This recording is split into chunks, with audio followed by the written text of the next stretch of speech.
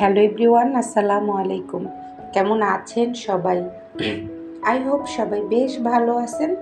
আলহামদুলিল্লাহ, আমরাও ভালো আছি। নতুন একটি দিনে আরও একটি ব্লগ নিয়ে চলে এলাম আপনাদের মাঝে। আমি মনিকা সোনারগাঁ থেকে বলছি। মনিকা হবিস চ্যানেল থেকে আপনাদেরকে আরও একবার স্বাগত জানাই।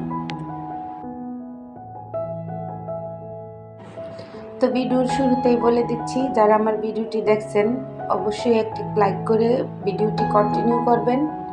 আর ভিডিওর কোনো অংশ যদি আপনাদের কাছে একটু ভালো লেগে থাকে তাহলে আমার চ্যানেলটিকে সাবস্ক্রাইব করে আমার পাশে থাকবেন।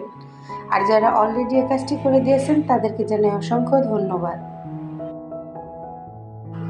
তো আসলে আমি যে কতটা বিজি থাকি ভিডিও শ্যুট না করলে বা চ্যানেলটি না করলে কিন্তু আসলে বুঝতেই পারতাম না।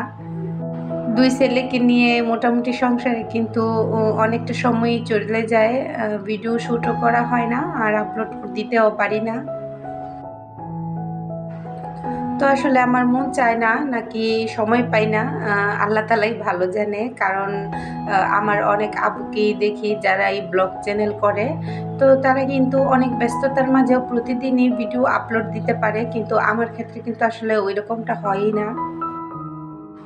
তো আপনাদের সাথে আর শেয়ার করব কাঁঠালের এঁচড় চিংড়ি মাছ দিয়ে রান্না। আসলে এই কাঁঠালের এঁচড় রান্না এত মজাদার, যদি আপনারা না খান আসলে বুঝতেই পারবেন না। তো এখানে আমি ছোট্ট একটি কাঁঠালকে ভালো করে কেটে নিয়েছি। আর এই তো এখানে যে বীজগুলো ছিল, কাঁঠালের বীজ আর কাঁঠাল, তো এগুলো কিন্তু একসাথে আমি নিয়েছি। তো এবার এগুলোকে সিদ্ধ করব পানি দিয়ে। আর এখানে দিয়ে দিয়েছি হলুদের গুঁড়া আর হচ্ছে লবণ। কারণ এখানে যদি আমি হলুদের গুঁড়াটা না দেই তাহলে কিন্তু এই এঁচড়গুলো আসলে কালো হয়ে যাবে, তো তখন কিন্তু দেখতে ভালো লাগবে না। তো এটা কিন্তু সিদ্ধ হতে তেমনটা সময়েরও প্রয়োজন হবে না, অল্প সময়ের মধ্যেই এই এঁচড়গুলো সিদ্ধ হয়ে যাবে। তো কিছু কিছু খাবার আছে যা মাংসের স্বাদকেও হার মানাবে, তো আসলে এই খাবারটা কিন্তু অনেকটা এরকমই। যারা খাননি তারা কিন্তু খেলেই বুঝতে পারবেন কতটা মজাদার হয় এই খাবারটা। তো এখানে আমি তো ভাপ দিয়ে পানিগুলোকে ঝরিয়ে নিলাম। তো এবার প্যানে দিয়ে দিব তেল। তো এখানে কিন্তু বেশি তেল দেওয়ারও প্রয়োজন নেই, অল্প তেলেই এগুলোকে আমি রান্না করেই নিব।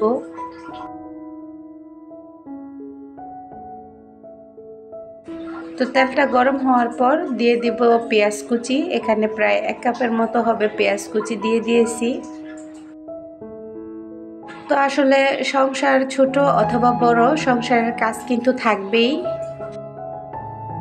তারপরও এখন যেন আমার মনে হয় দিনগুলো অনেকই ছোট হয়ে গিয়েছে। আগে কিন্তু অনেকই কাজ করতাম, তো তারপরেও সময় কিন্তু যেতই না। কিন্তু এখন উল্টো, যদি অল্প কাজ করি তারপরেও কিন্তু সময়টা প্রায় অনেক তাড়াতাড়ি চলে যায়, মানে দিনটা।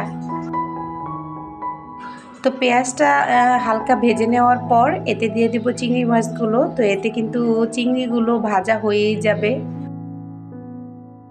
আর আমি কিন্তু যখনই চিংড়ি মাছের তরকারি রান্না করি আমি কিন্তু ভাজার সময়ই চিংড়িটা দিয়ে দিই। এতে কিন্তু চিংড়িটা ভাজা হলে চিংড়ি থেকে অনেকই ঘ্রাণ আসে।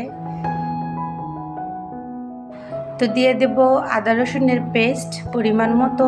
আর আদা রসুনের পেস্ট দেওয়ার পর দিয়ে দিব পানি আর একটু নেড়ে চেড়ে এটাকে একটু কষিয়ে নিব।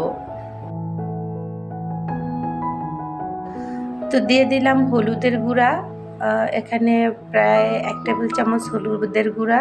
আর দিয়ে দিব মরিচের গুঁড়া।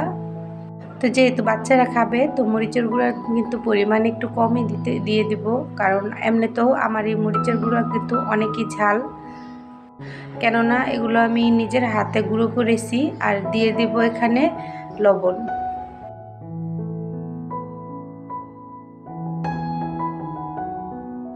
তো একটু ভালো করে কষিয়ে নেওয়ার পর এই তো এখানে দিয়ে দিব এই এঁচড়গুলো। তো তো যেহেতু এখানে আমি পুরো একটি কাঁঠালি নিয়েছিলাম, তো এখানে কিন্তু অনেকগুলোই হয়েছে। তবে এগুলোকে কষিয়ে নেওয়ার পর কিন্তু এতগুলো থাকবেই না,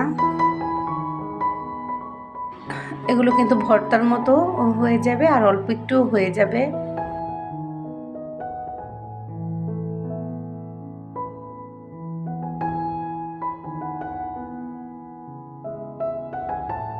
তো এই তো এঁচড়গুলো সব দেওয়ার পর নেড়ে চেড়ে ভালো করে ঢেকে দেব প্রায় 20 মিনিটের মতো।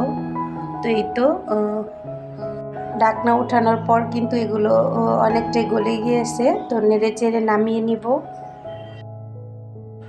তো আজকের ভিডিওটি আমি এখানেই শেষ করছি। সবাই ভালো থাকবেন, সুস্থ থাকবেন। আল্লাহ হাফেজ।